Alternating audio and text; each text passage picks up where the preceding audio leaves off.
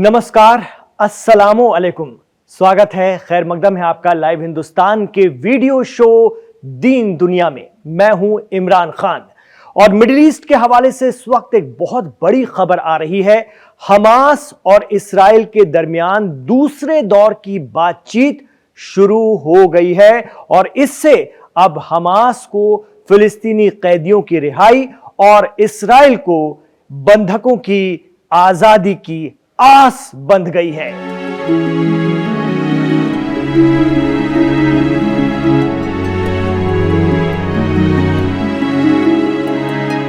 आस, जी हां, आस या उम्मीद क्या होती है एक मां से पूछिए जिसका बच्चा बहुत कम उम्र में इस्राएली फौज के हाथ लग गया।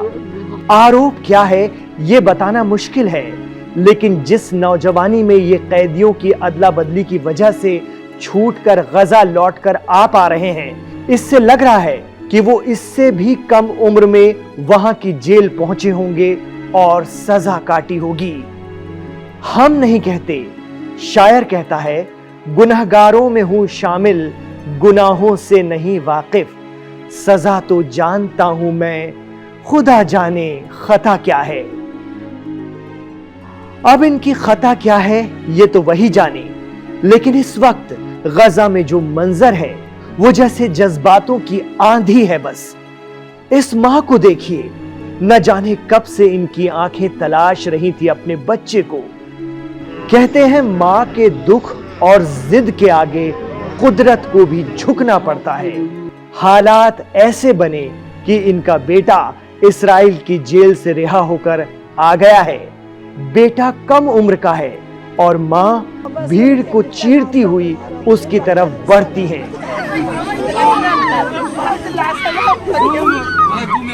तो देखा आपने मां के कदम और अपनी धरती, अपनी मातृभूमि को छू लेने का सुख क्या होता है, ये गजा वालों से सीख लीजिए।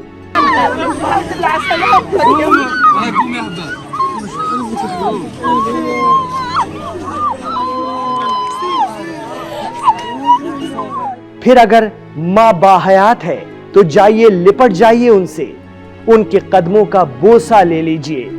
और हां, मन न भरे तो अपने मुल्क, अपने शहर, अपने गांव की मिट्टी की खुशबू जरूर ले लीजिए। वाकई गजा के लोगों की दास्तानें बताती हैं कि मां और वतन की मिट्टी से दूर रहने का दर्द क्या होता है।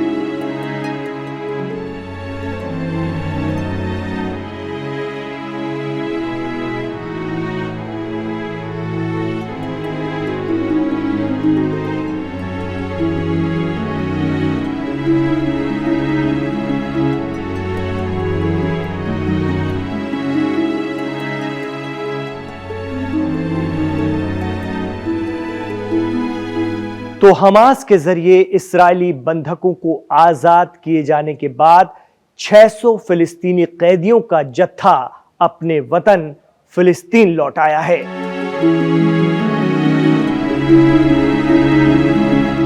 अपने घर पहुंच रहे हैं लोग। ऐसा लग रहा है जैसे गजा की खुशियां लौट रही हैं। अपनों को वापस पाकर झूम रहे हैं गजा के लोग। इनकी ये खुशियां पिछले 16 माह के दर्द पर राहत भरे मरहम की तरह है।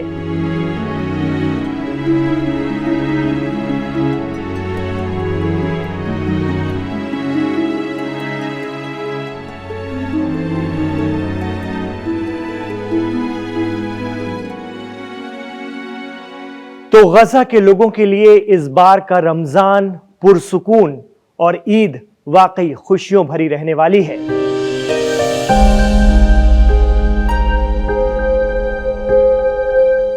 ये उम्मीद तो कम से कम की जा सकती है।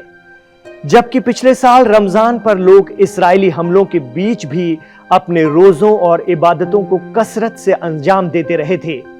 न सहरी का ठिकाना था, न इफ्तार का बंदोबस्त, पर अपने रब पर भरोसा ऐसा कि मलबे और खतरे के बीच भी दीनी फराइज अंजाम देते रहे।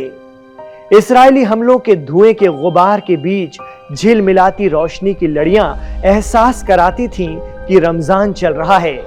मन को बहलाने के लिए ये ख्याल भी अच्छा ही था गजा वालों के लिए, लेकिन ईमान की ताकत मजबूत रही। ये लड़ियां, ये रोशनी मासूम बच्चों के लिए खुशियों की वजह जरूर बन गई थी।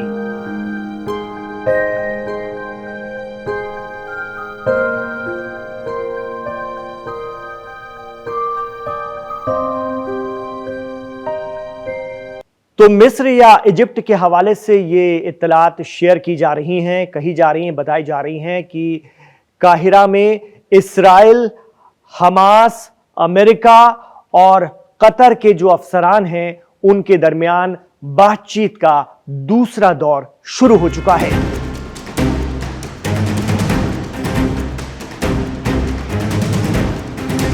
कहा जा रहा है कि इसमें इस्राइल की तरफ से एक अड़ंगा सामने आ रहा है। इस्राइल सीज फायर के तहत गजा में एक खास गलियारे से पीछे नहीं हटेगा। इस फैसले से जंग बंदी को लेकर हमास और मीडिएटर मिस्र के साथ दिक्कत पैदा हो सकती है, क्योंकि हमास शायद ही इस्राइल की मौजूदगी गजा में बर्दाश्त करे। ना अब ना आगे, दोनों अपनी अपनी बात पर बजिद हैं। ऐसे में वेस्ट एशिया के लिए प्रेसिडेंट डोनाल्ड ट्रंप के खास नुमाइंदे स्टीव विटकॉफ आगे इलाके का दौरा करने जा रहे हैं। ऐसे में हो सकता है कि वो इस्राइल से इस सिलसिले में बात करें। इतना ही नहीं, दूसरे दौर की बातचीत में इस्राइल के जरिए रखी जाने वाली ये डिमांड कि हमास से हथियार छीन लिए जाएं और उसे गजा से हटाया जाए, हमास कभी नहीं मानेगा।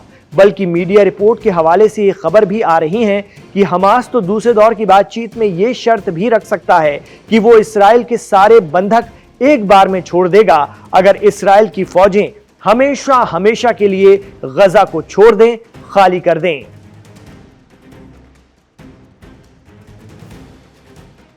तो इस्राइल के मुताबिक उनके 59 बंधक अभी भी हमास के कब्जे में हैं, जिसमें से 24 जिंदा हो सकते हैं।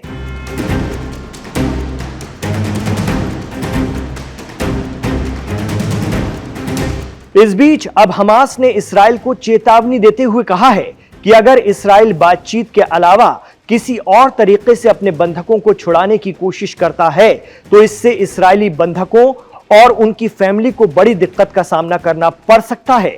4 और इस्राइली बंधकों की डेड बॉडी रेड क्रॉस को सौंपने के बाद हमास ने तुरंत एक बयान जारी करते हुए कहा था कि इस्राइल के पास अपने बंधकों को छुड़ाने का एकमात्र या वाहिद तरीका यह है कि वो बातचीत के लिए तैयार हों और समझौते का पालन करें। अगर इस्राइल समझौते से पीछे हटा तो बंधकों के लिए यह अच्छा नहीं होगा। आपको बता दें कि अमेरिकी प्रेसिडेंट डोनाल्ड ट्रंप ने भी हमास को पिछले दिनों धमकाया था कि वो इस्राइल के सारे बंधकों को एक साथ रिहा करे, लेकिन हमास ने इस पर कान ही नहीं दिया, उनकी बात को अनसुनी कर दिया है।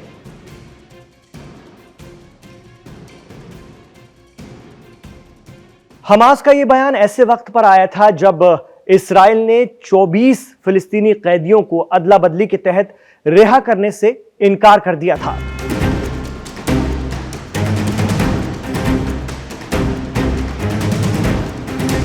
हमास और इस्राइल के जरिए जंगबंदी के दौरान कई कैदियों की रिहाई हो पाई है। इस संघर्ष विराम में इस्राइल की तरफ से उन 1000 से ज्यादा कैदियों को रिहा किया गया है जिनकी 7 अक्टूबर 2023 के हमले में कोई भूमिका, कोई किरदार नहीं था। एक्सपर्ट मानते हैं कि हमास और इस्राइल के दरमियान अब दूसरे और तीसरे दौर की बातचीत बेहद अहम रहने वाली है, क्योंकि यही आगे आने वाले दिनों में गजा का मुस्तकबिल तय करेगी।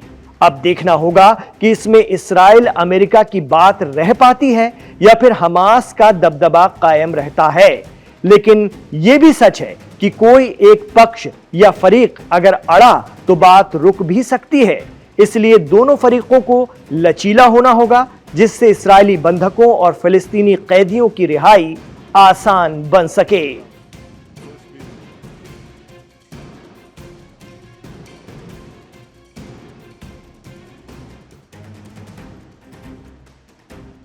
तो नाजरीन, दर्शकों, ये था आज का दीन दुनिया। आपको कैसा लगा हमें कमेंट बॉक्स पर ज़रूर बताइएगा। इसके हवाले से आपके जो भी राय, मशवरे और तासुरात हैं हमें लिखिए कमेंट बॉक्स पर, हमें अच्छा लगता है। इमरान खान के साथ आखिर तक कनेक्ट रहने के लिए बहुत शुक्रिया। और अगर आप आखिर तक कनेक्ट रहे हैं तो मैं फिर वही गुजारिश करूंगा जिसे आप हमेशा मानते हैं, तस्लीम करते हैं, और वो ये है कि आप हमारे इस वीडियो को लाइक ज़रूर कर दीजिएगा। आपने इधर लाइक किया और ये एक स्टेप आगे बढ़ गया। अगर आप चाहते हैं कि आपका पसंदीदा वीडियो दुनिया भर में हिंदी और उर्दू जानने वालों के दरमियान पहुंच सके, देखा जा सके, बार बार देखा जा सके, तो आपको इसे लाइक करना ही होगा। ये मेरी इल्तिजा है, गुजारिश है।